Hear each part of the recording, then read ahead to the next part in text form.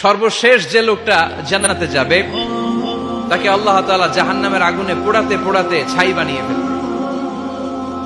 আল্লাহ বলবেন, জিব্রাইল যাও একটু দেখো, একটা মাত্র সেজদা দিয়েছে আমাকে, এরকম কাউরে পাওয়া যায় কিনা। বাটি চালান দিয়ে দেখো পাওয়া যায় কিনা। খুঁজে খুঁজে কাউরে পাবে না। আল্লাহ বললেন আবার দেখো, খুঁজে খুঁজে একজনকে পাবে, সামান্য ইমানের ছিটে ফোঁটা তার অন্তরে ছিল। আল্লাহ বলবেন, যেহেতু ছিটে ফোঁটা আছে, অনেক মায়ের খাইছে, ওকে বের করে জাহান্নাম থেকে বের করে একটা নির্ধারিত দূরত্বে রেখে দাও। রেখে দেয়া হবে, কিন্তু জাহান্নামের আগুনের লেলিহান শিখাতে তার গা ঝলসে যাবে। সে আল্লাহর ডেকে বলবে, মাবুদ তোমার কাছে আমি কিছু চাই না, জাহান্নাম থেকে তুমি আমাকে বের করেছো, জীবন নদীর পানি তুমি আমার গায়ের মধ্যে ঢেলে দিয়েছো, আমি আবার সজীবতা ফিরে পেয়েছি। আমি তোমার কাছে জান্নাত চাই না, শুধু নিরাপদ একটা দূরত্বে আমাকে রেখে আসো, যাতে জাহান্নামের আগুন আমারে কষ্ট দিতে না পারে। আল্লাহ, আমি কিন্তু তোমার কাছে জান্নাত চাই না। কি চাই না? জান্নাত চাই না, কিন্তু জাহান্নামের আগুন আমারে কষ্ট দিচ্ছে, এতটা দূরত্বে রাখো যাতে জাহান্নামের আগুন আমার গায়ে না লাগে। আল্লাহ বললেন, ওকে রাখবো, কিন্তু আমার সাথে একটা কন্ট্রাক্টে যেতে হবে, যে এটা তোমাকে দিলে তুমি আর নতুন করে কিছু চাবা না। সে বলবে আমি রাজি, কন্ট্রাক্ট হয়ে যাবে। আল্লাহ জিব্রাইলকে বলবেন, যাও এমন দূরত্বে রাখো যাতে জাহান্নামের আগুন ওরে কষ্ট না দেয়। রেখে আসা হবে, অনেক দিন সে ওখানে আনন্দে থাকবে, আল্লাহ শুকরিয়া করবে। সে মনে মনে বলবে, বেঁচে গিয়েছি, আমি বেঁচে গিয়েছি, জীবনে আর কিছু চাই না, জাহান্নাম থেকে আমি বেঁচে গিয়েছি। অনেকদিন থাকার পরে মনে মনে ভাববে, বাইসা তো গেছি, কিন্তু নতুন করে একটু ট্রাই করে দেখি, জাহান্নামের সৌন্দর্যের দৃশ্য একটু চোখ দিয়ে অবলোকন করা যায় কিনা। সে আল্লাহর ডেকে বলবে, আল্লাহ ইনদি সুআল, আমার একটা ফরিয়াদ আছে। কি ফরিয়াদ? আল্লাহ আগেই বলে রাখি, আমি কিন্তু জান্নাতে যেতে চাই না। আল্লাহ বলবেন, কি চাও? সে বলবে, আল্লাহ তোমার জান্নাতটা তুমি কত সুন্দর করে বানিয়েছো, আমি একটা নজর শুধু দেখতে চাই। জান্নাতের দরজার সামনে নিয়ে যদি আমারে বসিয়ে রাখো, দ্যাটস ইনাফ, আর কিছু চাই না, শুধু জান্নাতের দরজার সামনে। আল্লাহ বললেন, তুই না ওয়াদা করেছিস, তুই না চুক্তি করেছিস। সে বলবে, আল্লাহ আমারে হতভাগা বানাইয়া তোমার কি লাভ? সুবহানাল্লাহ পড়েন। আমারে তুমি হতভাগা বানিও না। আল্লাহ বলে, ঠিক আছে, আবার সিগনেচার কর যে জান্নাতের দরজার সামনে বসিয়ে দিলে আর কিছু চাবি না। সে সিগনেচার করে বলে, আমি চাবো না।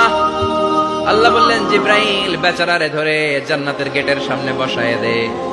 এবার জান্নাতের গেটের সামনে বসে বসে জান্নাতের সৌন্দর্য দেখা শুরু করবে। সুবহানাল্লাহ। এমন সৌন্দর্য যেটা চোখ দিয়ে কেউ দেখে নাই, কান দিয়ে শোনে নাই। ওই সৌন্দর্য চোখে দেখে, কান দিয়ে আওয়াজ শুনে, মাগার ভোগ করতে পারে না। অন্তরে জ্বালা আছে না নাই? এয়ার কন্ডিশনের রুমে ঢুকতে না পারলেও, এয়ার কন্ডিশনের রুমের দরজার বাইরে দাঁড়ালো, এয়ার কন্ডিশনের রুমের একটা ঠান্ডা বাতাস গায়ে লাগে না?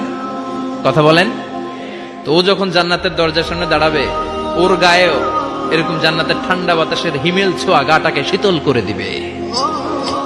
ওই শীতল হয়ে যাওয়ার পরে আর তো সহ্য হবে না, আবার আল্লাহরে ডাকবে। মনে মনে ভাববে, আর একটু ট্রাই করি না, দোষ কি, আস্তে আস্তে অনেক দূর তো আগাইছি। সুবহানাল্লাহ কইবেন না? এবার আল্লাহরে বলবে, আল্লাহ ইনদি সুআল, আল্লাহ তুমি যদি কোনো বিষয়ে নতুন করে ডিসিশন নাও, তোমারে জিজ্ঞেস করার মতো কি কেউ আছে? আল্লাহ বলেন, না, আমি তো সব রাজার বড় রাজা, মহারাজা, আমার উপরে তো কারো কথা চলে না। ওই হতভাগা লোকটা বলবে, আল্লাহ এত সুন্দর জান্নাত তুমি বানালাম, চোখ দিয়ে সৌন্দর্য দেখি, কান দিয়ে আওয়াজগুলো শুনি, হুর আর গেলমান হেঁটে বেড়ায়, এত সুন্দর জান্নাত চোখ দিয়ে দেখি, ঢুকতে পারি না, আমারে কষ্ট দিয়ে তোমার কি লাভ? ও আল্লাহ, আমারে তুমি মাফ করে দাও, জান্নাতের চিপার মধ্যে এক কর্নারে তুমি একটু আমারে জায়গা করে দাও। আল্লাহ বলবেন, ওয়াই হাক ইবনা আদম, তোর ধ্বংস হোক হে আদম জাত, মা আগদারাকা, তোর চেয়ে বড় গাদ্দার আমি আমার সৃষ্টিকুলে কাউরে দেখি নাই, কারণ তুই আমার সাথে চুক্তি করিস আর চুক্তি ভঙ্গ করিস। আল্লাহর রহমতের দরিয়ায় তখন জোশ খেলে যাবে, ওর আকুতি মিনতি চাহনি আল্লাহর রহমতের দরিয়ার মধ্যে জোশ লাগিয়ে দিবে। আল্লাহর দয়া হয়ে যাবে, মায়া হয়ে যাবে। আল্লাহ বলবেন, ঠিক আছে, জান্নাতে যা। লোকটা এবার এক দৌড়ে জান্নাতের ভিতরে ঢুকে যাবে। লোকটার দৌড় দেখে আবার লোকটারে আল্লাহ ডেকে বলবে, একটু দাঁড়া, একটু দাঁড়া, জান্নাত তো দিছি, তো দৌড় দিলি কেন? সুবহানাল্লাহ কইবেন না? লোকটি বলবে, আল্লাহ প্ল্যান তো আমি কম করি নাই, এত চেষ্টার ফলে আমি আসতে পারছি।